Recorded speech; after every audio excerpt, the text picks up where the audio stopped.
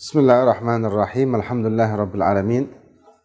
Wa bihi nasta'inu ala umurid dunya waddin wassalatu wassalamu ala asyrafil anbiya'i wal mursalin sayyidina wa maulana Muhammad khataman nabiyyin wa ala alihi wa sahbihi ajma'in, amma ba'du. Alhamdulillah, kita pada hari ini mengkaji tentang masalah at-tadzakur atau mengingat Allah Subhanahu wa taala. Kita mengingat Allah di dalam kehidupan kita sehari-hari ini sangatlah penting. Karena ketika kita tidak mengingat Allah Subhanahu wa taala, maka sangat minim sekali kehidupan bersyariat kita yang akan kita lakukan. Karena ketika kita dalam hati kita tidak ada mengingat Allah, walaupun kita yakin sama Allah. Kita yakin bahwa Allah adalah Tuhan kita. Kita yakin tidak ada Tuhan selain Allah. Kita yakin Allah maha dari segala maha. Kita yakin Allah maha pencipta, Allah yang menciptakan kita. Tapi ketika kita tidak menerapkan syariat agama Islam, syariat agama Allah, tidak menerapkan kewajiban-kewajiban, tidak menghindarkan dan menjauhkan larangan-larangan, maka ini menunjukkan bahwa kita tidak mengingat Allah di dalam kehidupan kita sehari-hari. Dan tidak ada Allah di hati kita. Walaupun kita yakin Allah itu ada. Ya. Salah satu contoh, ketika kita melaksanakan atau masuk waktu melaksanakan sholat wajib, kita yakin sebetulnya kalau sholat wajib itu, misalkan sholat subuh atau sholat zuhur, asar, maghrib, isya, merupakan suatu kewajiban. Dan kita yakin Allah lah yang memerintahkan dan diturunkan kepada Nabi kita Muhammad SAW. Tapi ketika kita akan melaksanakannya, kita merasa berat. Ketika kita akan melaksanakannya, kita mungkin merasa capek, merasa ngantuk, merasa lelah. Maka ini membuktikan atau menunjukkan bahwa di dalam hati kita tidak ingat sama Allah SWT. Ketika kita di dalam hati mengingat Allah dalam setiap langkah-langkah kehidupan kita, maka pasti kita akan berusaha melaksanakan kewajiban ketika waktu telah tiba, tanpa menundanya lagi. Dan kita akan melakukannya dengan sepenuh hati, tanpa ada keraguan ketika kita melakukannya, karena di hati kita ada Allah dan kita yakin Allah selalu memerhatikan kita dan Allah selalu memandang kita dan Allah selalu tahu zahiran wa batinan kita. Karena kita mengingat Allah. Tapi ketika kita lalai, maka kita mudah sekali mengikuti hawa nafsu kita dan kita melupakan kalau Allah memandang kita, melihat kita dan mengetahui kita. Ada satu kisah. Dikatakan ba'dul masyayikh kana yakhussu ba'du talamidatihi bi iqbali alaih. Jadi ada sebagian masyayikh, sebagian guru, dia mengkhususkan ada beberapa santrinya, ada salah satu santrinya yang dikhususkan sama beliau. Faqalu lahu fi dzalik fadhafa'a ila kulli wahidin minha tayran. Nah, ketika itu para santri yang lain mungkin merasa jengah atau merasa kenapa gurunya kok hanya memperhatikan dan sepertinya menaruh hati kepada salah satu muridnya dibanding murid-murid yang lain.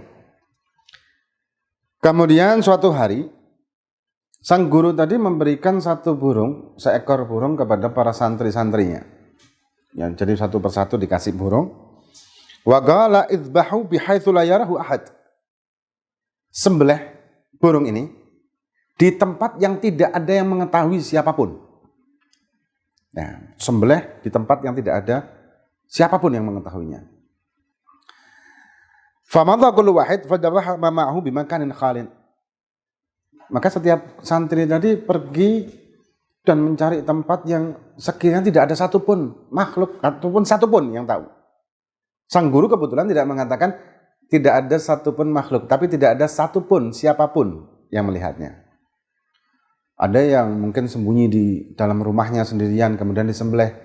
Ada yang bersembunyi di hutan, ada yang masuk pokoknya ke tempat-tempat yang sekiranya tidak ada orang sama sekali. Tidak ada manusia, tidak ada siapapun. Mereka menganggap tidak ada yang melihat. Kemudian setelah itu, waja'a hadzal tilmidz wa ma'ahu thair ghairu madhuh. Setelah sekian lama kemudian kembali lagi para santri tadi dengan membawa burung yang sudah disembelih. Ternyata yang santri yang dapat perhatian dari sang guru tadi membawa burung yang hidup, tidak disembelih. Sedangkan teman-teman yang lain mentaati perintah gurunya tadi menyembelih di tempat yang tidak ada siapapun yang tahu, karena perintah gurunya adalah sembelih di tempat yang tidak ada satupun yang mengetahuinya. Wa qala innaka amartani. Ya, jadi ketika datang dan tidak sembelih, maka Syekh tadi mengatakan, kenapa kamu kok tidak menyembelihnya? Kenapa kamu tidak melakukan penyembelihan tersebut? Maka dikatakan, faqala innaka amartani an adbahahu bihaitsu la yarhu ahad. Sesungguhnya engkau wahai sang guru, wahai Syekh, wahai guru, Anda memerintahkan saya menyembelihnya di tempat yang tidak ada satupun yang tahu. Anda memerintahkan saya seperti itu. Kemudian walam yakun mawdhi'un illa wal haqqu subhanahu wa ta'ala yarahu. Tapi saya tidak mendapati satupun tempat yang Allah tidak tahu. Saya tidak mendapati satu posisi pun, satu tempat pun, satu daerah pun, atau satu persembunyian pun yang Allah tidak tahu. Karena sekali lagi Allah Maha tahu, Allah mengetahui, bahkan Allah mengetahui apa yang di batin kita, bahkan Allah mengetahui lebih dari apa yang kita ketahui tentang diri kita. Nah, kemudian faqala asy-syekh li talamidatihi, maka Syekh mengatakan kepada santrinya tadi, lihadza uqaddimuhu alaikum, karena inilah aku mengutamakan dia atas kalian. Karena mempunyai sifat muraqabah, selalu merasa dipantau oleh Allah Subhanahu wa taala, selalu merasa diperhatikan oleh Allah. Dari mana muraqabah ini? Karena selalu ingat sama Allah. Tidak mungkin kita muraqabah kecuali kita selalu ingat posisi kita sebagai hamba, dan kita ingat bahwa Allah adalah Tuhan kita, dan Allah Maha mengetahui, dan Allah selalu memperhatikan kita.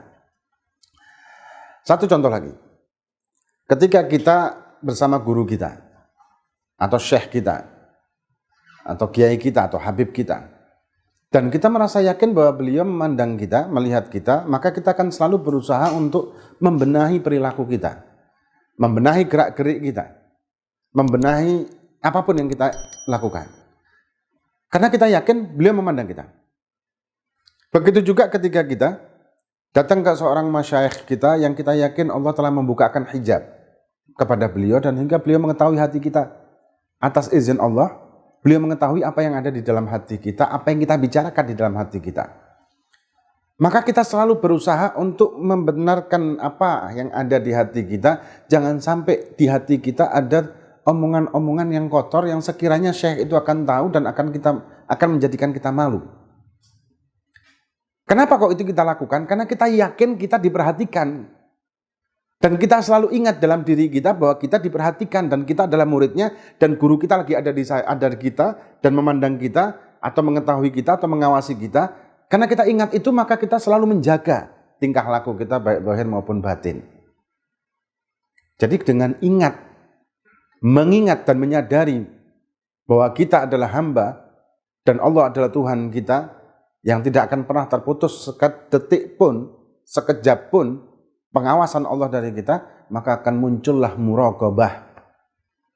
Selalu merasa dipantau. Dan ketika kita selalu merasa dipantau, maka kita akan selalu berusaha untuk hidup dengan kesempurnaan syariat, dan berusaha untuk mendapatkan keridhaan Allah dan mendapatkan mahabbah dari Nabi kita Muhammad SAW dengan cara yang benar, dengan cara yang sesuai dengan aturan-aturan syariat.